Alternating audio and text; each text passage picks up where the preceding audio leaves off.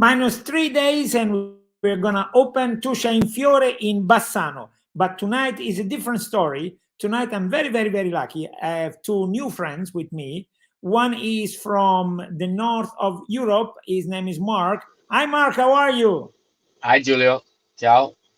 And right now you are where? I'm currently in Oslo. Very good. And then his lovely wife, I assume is the wife, the beautiful It's the Ginger, one. Di Gaetano. Hi, Hi, Ginger. ciao, So, Ginger, how ciao. does it feel to have your husband and love of your life so far away? Oh gosh, thanks for bringing that up. I just hadn't thought about it in a while. Thanks, thanks. Okay, next topic. Um, Next topic. Next yeah, topic. no, it feels it's difficult. Actually, I'm leaving. I'm going to visit him in Oslo on Oh, Friday, that's and so we do get a chance to see each other a lot. It's hard, but I think because I know that Mark is so brilliant and does such a great job, and that it's such a great experience for him that I think I'm happy that he gets to be doing something that he loves, that he's with other people that appreciate it and that love him. So I think when you love someone, you want to see them happy and see them making other people happy. So okay. that's what I tell myself when I cry into my pillow every night. No. Okay, very, very Oh, soon, Mark will tell us why you are in Oslo. But right now, I would like to you guys introduce yourself. So let's start with Mark. Mark, who are you? What do you do? What are you about? So I am originally from England. I grew up just outside of London and I worked many years in Michelin-star restaurants in London before I went to New York, before moving to Italy. And now Ginger and I run a consulting company for restaurants and for travel, and we're fixers. Whatever you want, we figure it out and we make it happen. That sounds incredibly fun. And Ginger, do you want to tell us something about yourself? Who are you? What are you all about? Oh, gosh, sure. Well, Mark and I came here so we came to live in Tuscany originally, about 8.5 years ago, and came here to start a project and work on a farm, open a restaurant. And then after that, sort of through different, um, I guess, through a bunch of different sort of, not, I wouldn't call it errors or mistakes. They're just sort of things, the way that things happen. And we just kept sort of following our feet. It turned into a really wonderful business that we got to do a lot of bespoke services and private services for people. So obviously doing a lot of work with food and with tourism, but also with collaborating with people all over Italy, but all over particularly this region. And then we moved to Montefiascone, um, and it was to sort of expand, and we were actually we expanded to get a bigger garden. I really would say it was the garden that sold us, and then our work kind of evolved and kept evolving. And I think then once there was, obviously once the lockdown started to happen and things changed so much, um, we were very lucky because because we didn't have overhead like a lot of other places did. We didn't have a physical restaurant. We didn't have staff. We was just us. So we were able to adapt quickly, which I think we'd always done. So we just started to do anything that we could do, anything that we could figure out to do. And I've always written, and I've always been a writer for various things. And so I started to write for a magazine called Italics magazine that we've collaborated on. Mark and I have Mark has done work with the magazine as well, and then so we've just integrated it all into what we do. And now Mark is doing more consulting work. So I think yeah, being here for this time period has really taught us not just how to thrive here, but how to create something new whenever there's a challenge. I think that's a thing that we learned here, or that we got very good at here. That I, is I at, fantastic. at, at, at our cores, I am a chef. Ginger is a political scientist and an excellent writer. And what we've done is we've put those two things together and we've embraced where we are in Italy and tried to represent it with what we do. This is very, very exciting. Just one more minute before we go to Tuscia. So, Mark, why are you in Oslo? What's going on? Oh, so I mean, we are based out of Montevasconi, out of Viterbo in Alto Lazio, but I have been contracted by a restaurant here. It's an Italian restaurant who needed a consultant to come in and put in a new menu for their establishment and put in a new team. And there is a very large Italian community here in Norway, large Italian community of cooks, and they needed someone who could speak English and Italian because the Norwegians are very good in Norwegian and English, and the Italians are very good in Italian. So a little cross reference for everyone. Okay, so here we go. Now you guys have to let us know why from beautiful UK or from beautiful US, you guys decide to come to Italy, and particularly how you came about to choose Tuscia, Tuscania, for example. So Ginger, take it a shot. So I think it was so I will say that it was quite I think it was right it's right to say it was quite unintentional. Really, we came with the idea that we would stay for a little while and do a project. I don't think either one of us necessarily knew that we would stay here, or we never sort of dreamt about living in Italy at all.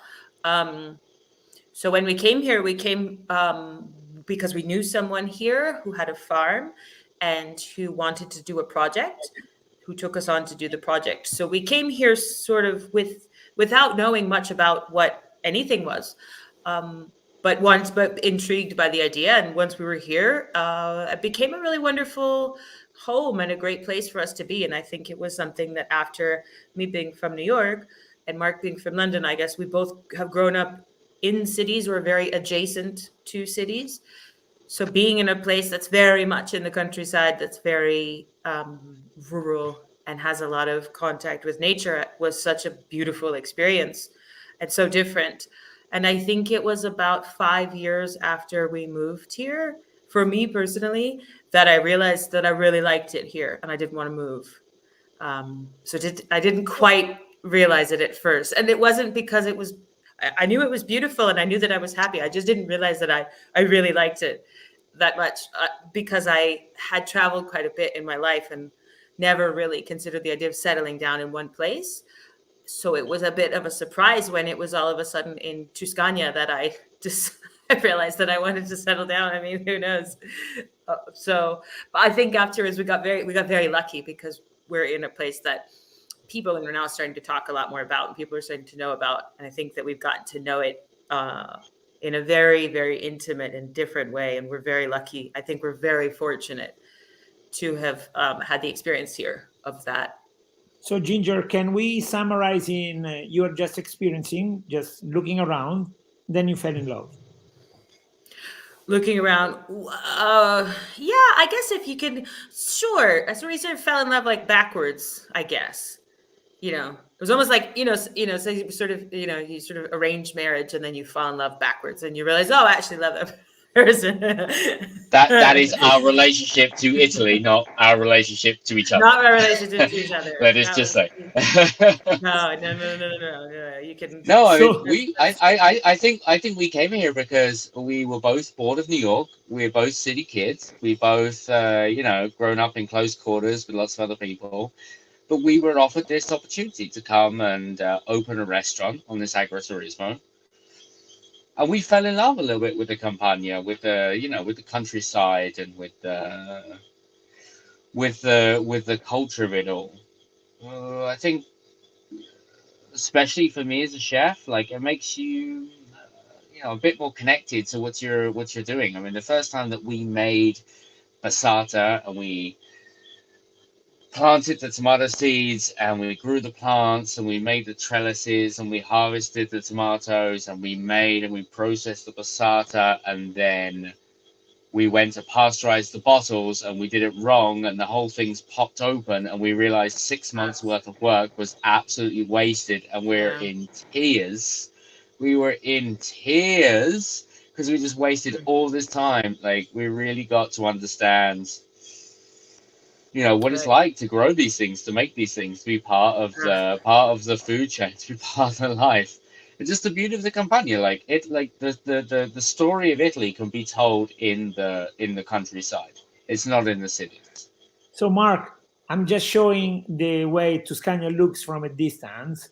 I think it's That's right. relatively easy to fall in love with it, right?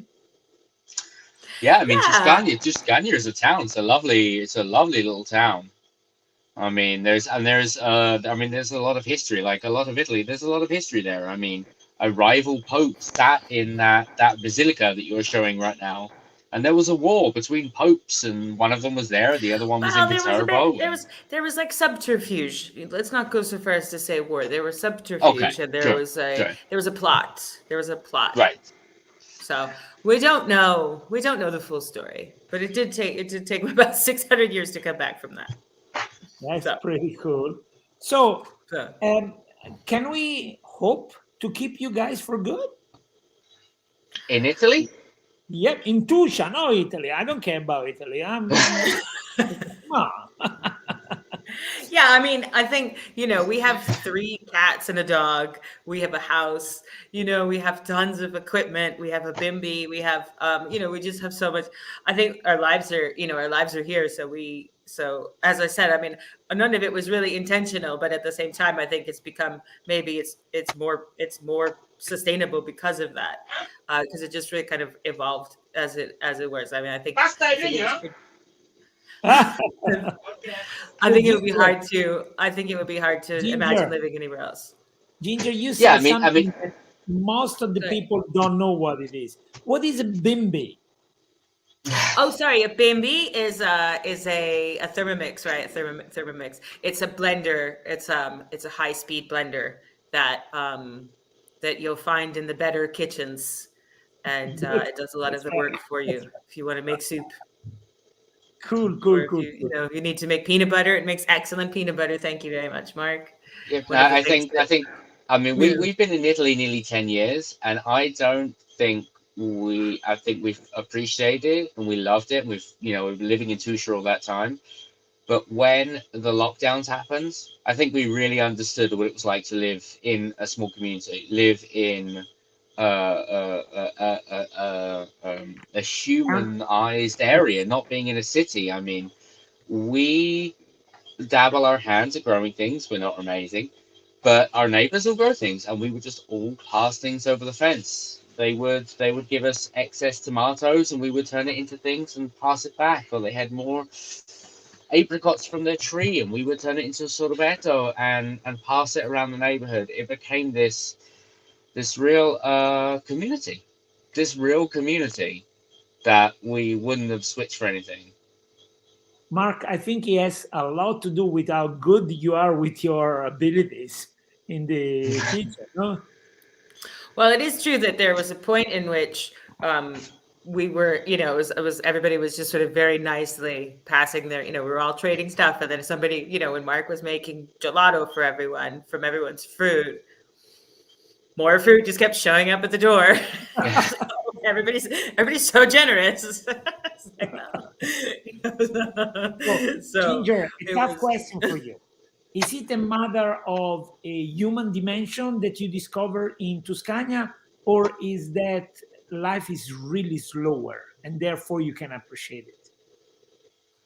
I don't know that. I think probably that they're both true. I think both of those things are true. I think that once you start to remove the barriers against your common humanity, we start to realize that we often move much more quickly than we need to. So that in the end, once we become more human, things generally do move more slowly because they have to, because we're all human beings and we're not actually machines. We start to expect different things of each other. For better or for worse, I think. So sometimes you will find that people move much more slowly because they are not very interested in moving quickly, and they've had a bad morning, and they're just not really motivated necessarily to do anything that quickly at all. Or the doctor wants to show you pictures of his boat or of his, family's farm instead of That's a giving you a true story. prescription. Instead of just giving you your prescription and getting you out because you're chatting, and in order to get your permesso di soggiorno and get your residence going, you have to find the carabinieri who's in the bar rather than in the in their station, because Having a that's coffee. where everyone is having a coffee, maybe with some grappa. These are the things. So yes, things move slow. They move slowly, but they also don't move. They don't move any more slowly than they really need to. So I think it's a change in perspective. And once you stop expecting people to act as automatons and start understanding that we're all human beings coming at things from different corners of our own little universes, then I think you find a bit more patience, which yes, I think very much does come from, is a learning experience that is very much learned in small towns in Italy. So, Yes, Mark, the art of hurry up and do nothing. Mark, tell us about a normal day for you guys in Montefiascone. How does it go?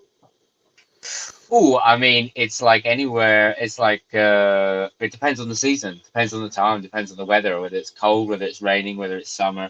But I mean, particularly in summer, because we're right on the Lago di Bolsena.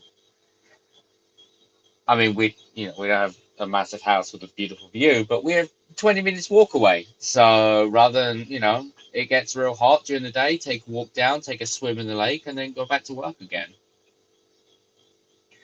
That sounds a regular day for you. Right? The rest of us have been up for hours. It's a very it's a very human life, and people are very accepting of each other taking time off, or having time for family, or there's no overwhelming pressure to excel at all times. You do your job and you do it well. But when you're off work, you're off work. You're not expected to answer emails or answer phone calls or anything like that. It's okay, human. It's a now, very Ginger, human a life. question for you. Do you think the high quality of life you guys have has anything to do with the fact that you do not have an overbearing Italian family around you?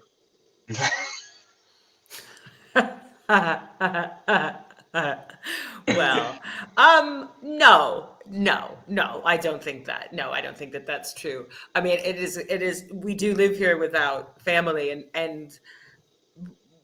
but I'm sure that's thank you so much for a question that has no right answer whatsoever, that I'll absolutely be murdered for. But no, I think that our lives are a little bit easier to live the way that we live them, because again, we can change what we're doing immediately. So and that is a big advantage to the way in which we've lived. So the way in which we've designed our lives is that, for example, when an opportunity comes up somewhere, we have the ability to take advantage of it, even if it means that one half of us will be in another country. If we were tied here with a very big family and we had all of the obligations that come from that, it would be much more difficult, surely, to do those sorts of things. Absolutely. So I think that the lifestyle that we have is enabled, yes, and facilitated by the fact that we have chosen to make our lives in another country where it's just the two of us. The quality of life that we have, I think, if anything, maybe we miss our families more than other people. And so those times in which those very big family gatherings are happening, we've been very lucky to make a lot of friends who have become like family to us. But we miss our families at times when those things happen, and we wish that our families were there. So I think that the quality of life, I wouldn't say that our quality of life is diminished, but I do think that it's nice for people to have their large families around. But I'm sure that they could come back and say, I think it's like anything. We are both helped and hindered by it not being that way. Okay, sure. So Mark, let's think aloud, right? You guys could literally be anywhere in the world and do what you guys do. Why Tuscia? Why Tuscia? I mean, we just want the quality of life that we really like. The cost of living compared to the quality of life is very high. That's right. Yep. That's right. Yeah. I go Well, out. and there's also I would just like to say, sorry, that I think there's also it's a very strange. It's strange that it's not as not well known, but it's strange that it's not as well traveled, I suppose, as it is, because you're actually dead center in the middle of Italy. So apart from our quality of life, but also practically and logistically, we're in a very good position to Oh be able gosh, to. where we are on the lake, We're just around. we're 40 minutes from Tuscany, we're 40 minutes from Umbria, we're an hour from Rome. I mean, it couldn't be Yeah. any better. Yeah, so I think again we often, you know, we're very lucky to be able to be in a place. So I think, and I do think that's one of the reasons practically that has been easy to settle down here, because especially the jobs that we do, sometimes they'll take us to any part of Italy, southern, northern, eastern, or western, or they'll take us to other parts of the country or other parts of of Europe. And we're never so far away from any place that we can say, oh, that's really not feasible to get there. You know, so I think that that's actually something that's been a very big benefit to us for the lifestyle that we've adopted, and for the company and for us generally. So, Ginger, what you're saying is Tuscia is really the center of Europe. It's the center of the world. I'm saying it's the center of the world. I'm calling it. You heard it here. No question. No question. You heard it here. Okay, so Yeah. let's talk about one last thing before I want to challenge you guys a little bit. But I met you through a common friend, and he speaks. Our first friend, Filippo, he was I would just like to say, I just have to put out that Filippo was our first friend in Italy. He was the first person that we became friends with when we came here. He had a little tiny shop, little tiny bar, and he was our first friend. So I would just like to say that thank you, Filippo, for everything. So when he speaks of the two of you guys, I have to say a little bit more about Ginger, but it's obvious, right? He literally has dreaming eyes. No exaggeration. No exaggeration. I guarantee. Don't blame him. And he was telling me, you have got to meet them. You have to. It was like my life depended on it. No exaggeration. And I was very happy. And you guys are probably happy. So that's great. Which brings me to the thank question. How are the friendships in Tuscia? Friendships? Yeah, I mean, I think that the friends that we've made have become like family to us, you know, is that me? No, that's you. Oh, that's Mark. Someone's like on the ice machine. Is it the ice That machine? is exactly right. Someone's on the ice machine. That's right. Yeah. They'll be finished around. Sorry.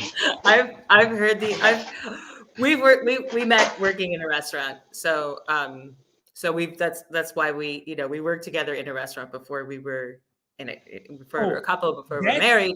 I didn't know which restaurant. Yeah, so this is one. It was a we met in New York, a Michelin star restaurant in New York. Right. Really? And Mark was the boss. Yeah, actually, I can just tell you very quickly. Mark was the boss on the first time that we met. He was in the kitchen, and I was just starting in the dining room, and he was. What I didn't know was that the kitchen was on a riser. There was a platform behind the pass, so it was and so Mark was standing behind it, and he was about 10 feet tall, and I was like.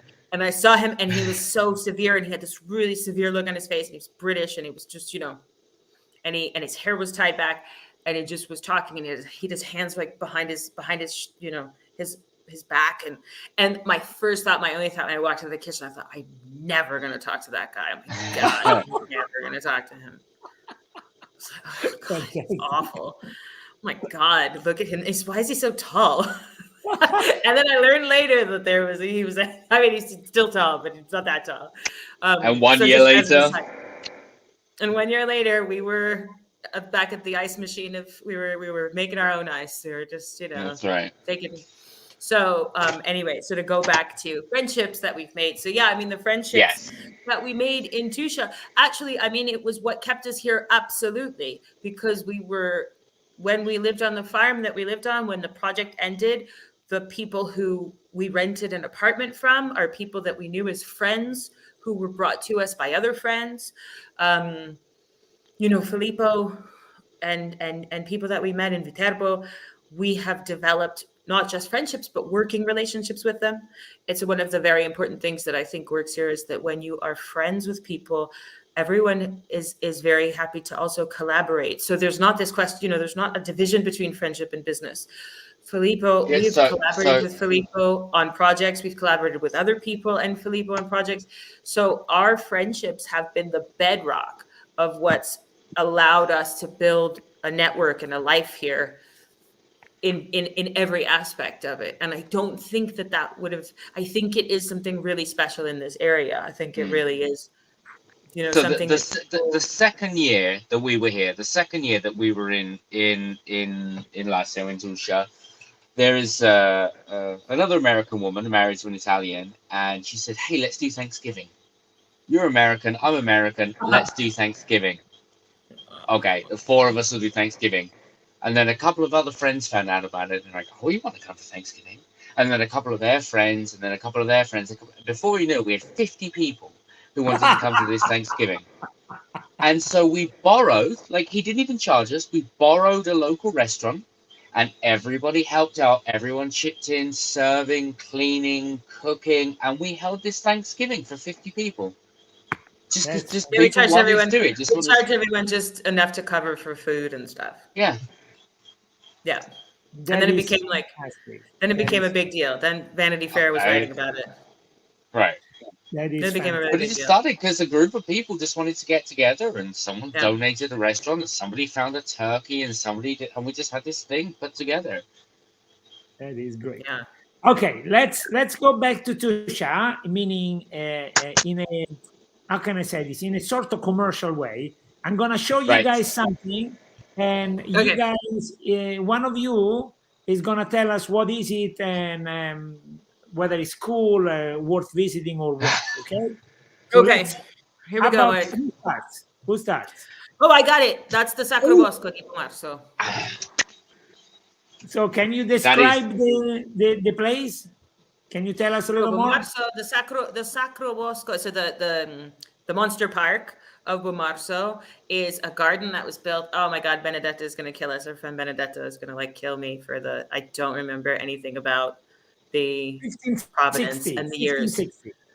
1560. It was built in 1560, and it's a monumental garden. And you can go and visit it, and it's absolutely wonderful. And I've been there, and it's beautiful. And our friend Laura had a birthday party there, and it was amazing. And then it was, you know, as long as that's okay. a little anyway, after hours birthday party in there. It was. no, it wasn't. It wasn't after hours. It was totally legit.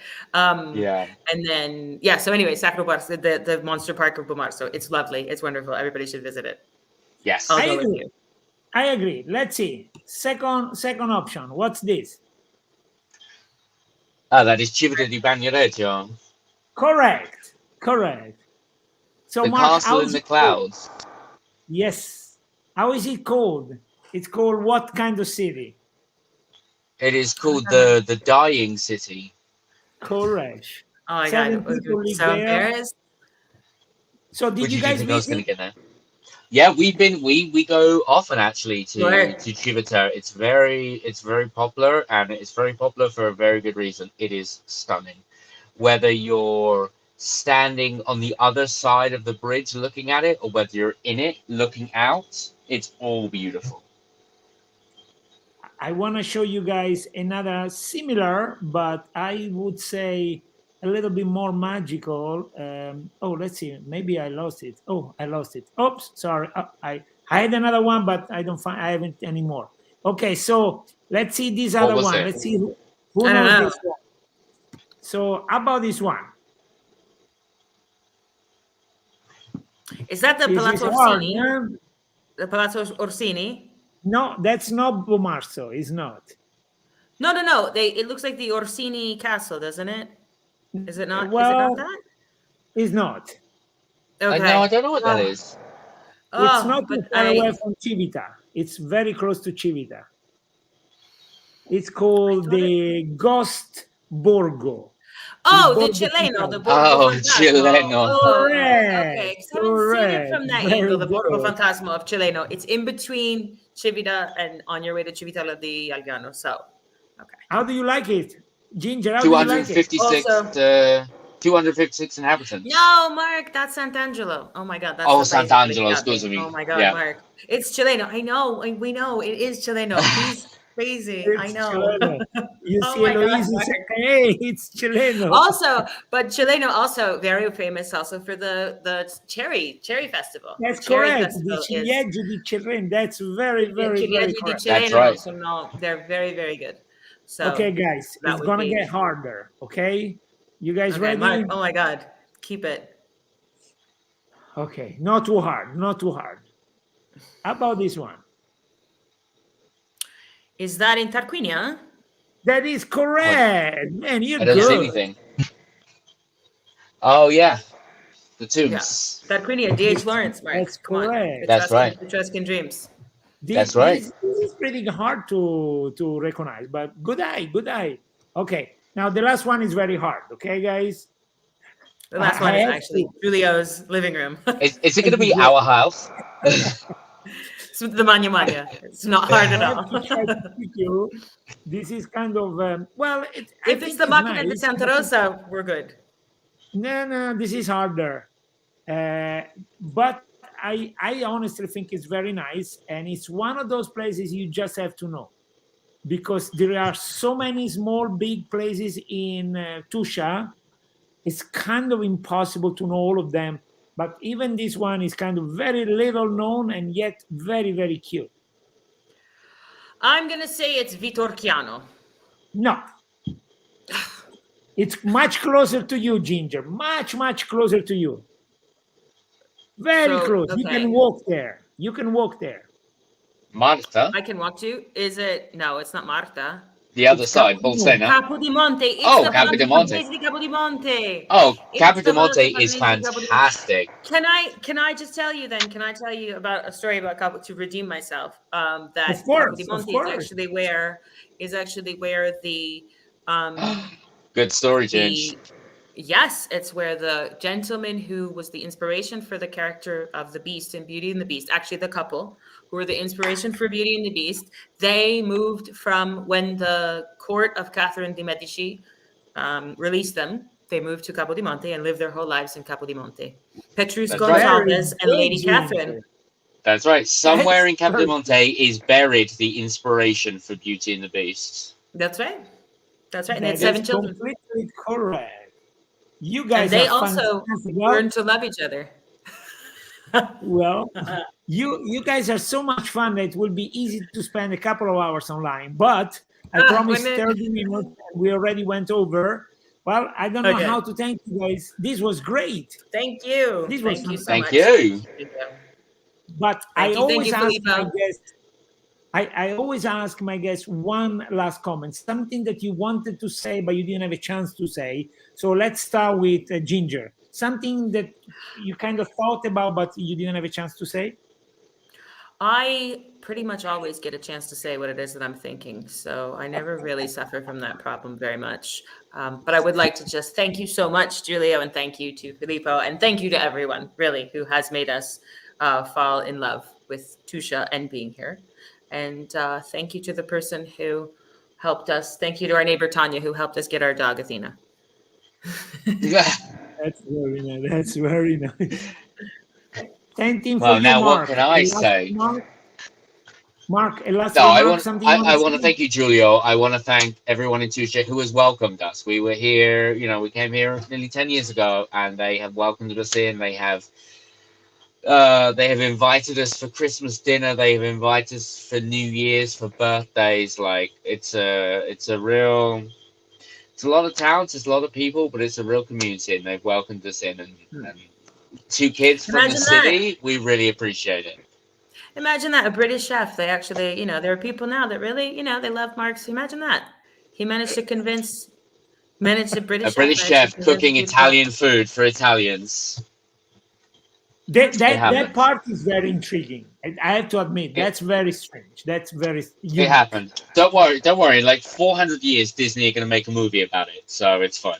400 years. I'm gonna be very hairy in the movie. It's fine. I'll handle it. Of course. Okay, I'm gonna say goodbye, showing you guys the 1 minute video for commercial for Tuscia in Fiore. And of course, Mark, I hope you come back very soon, because Tuscia in Fiore is gonna be April. I don't know if you have a chance to come, but I'll be back. we are gonna be all over. So for now, I thank you guys again. I wish everybody good night, and I will see you hopefully very, very, very soon. Okay. Grazie. Okay, we'll see you soon. Thank you. Thank you. Thank you very much. Ciao, guys. There is a place called St. Peter's Land, hidden between Rome and Tuscany. A place where you can find amazing landscape, beautiful natural hot springs, amazing castles, lakes, and marvelous gardens called Giardini all'Italiana. In the last 3,000 years, many people loved and fought for this land. The Roman, the Etruscan, the Longobards, and other people tried to establish here their home. But the popes have been the real rulers forever. Legendary wines and the best extra virgin olive oil in the world comes from here. See you In April 2022, when the Hasienborghi will dress up by tons of flower for Tuscia in Fiore. Regista, com'è andata oggi? Bene, benissimo, come sempre. Ci vediamo alla prossima, Giulio. Dalla Tuscia